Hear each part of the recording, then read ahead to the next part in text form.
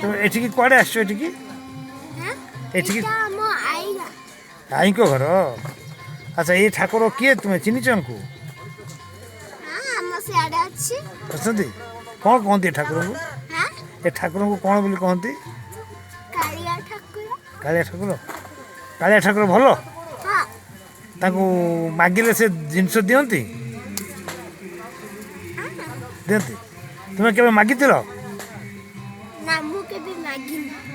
କିନ୍ତୁ ଜାଣିଛ ମାଗିଲେ ଦିଅନ୍ତି ନୁହେଁ? କ'ଣ ତୁମେ ମାଗିବ?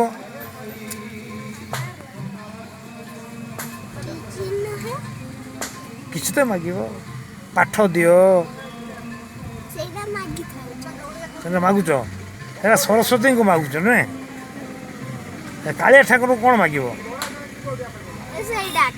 ସେଇଟା ଏକା। ଆଉ ଚକୋଲେଟ୍? ତୁମକୁ ଚକୋଲେଟ୍ ଭଲ ଲାଗେନି? ରସଗୋଲା? ଆଉ କିଛି ତ ଭଲ ଲାଗୁଥିବ। ଭାତ? ଭାତ ଭଲ ଲାଗେ। ଆଉ କ'ଣ ଭଲ ଲାଗେ? ସାଧା ତରକାରୀ ଭଲ ଲାଗେ ନା ଟିକେ ଆଇଁଷ ତରକାରୀ ଭଲ ଲାଗେ? ସାଧା। ଆଚ୍ଛା ଆଚ୍ଛା। ଏବେ ତ କେଉଁ କ୍ଲାସ୍ରେ ପଢ଼ୁଛ ମାମା? ତୃତୀୟରେ ପଢ଼ିଲଣି? ବାବା। କ'ଣ ତୁମ ନାଁ କ'ଣ ମାମା? ଗୁଞ୍ଜନ।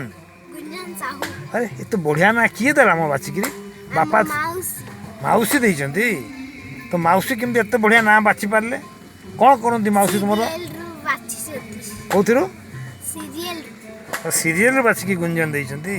ତୁମ ମା କାହିଁକି ତୁମକୁ ଭଲ ନାଁଟେ ବାଛି ପାରିଲେନି? ଦେଇନାହାନ୍ତି। ବାପା? ଓହୋ। ମାଉସୀ ଦେଲେ ଗୁଞ୍ଜନ ସାହୁ। ମାଉସୀ ଦେଲେ ଗୁଞ୍ଜନ ସାହୁ।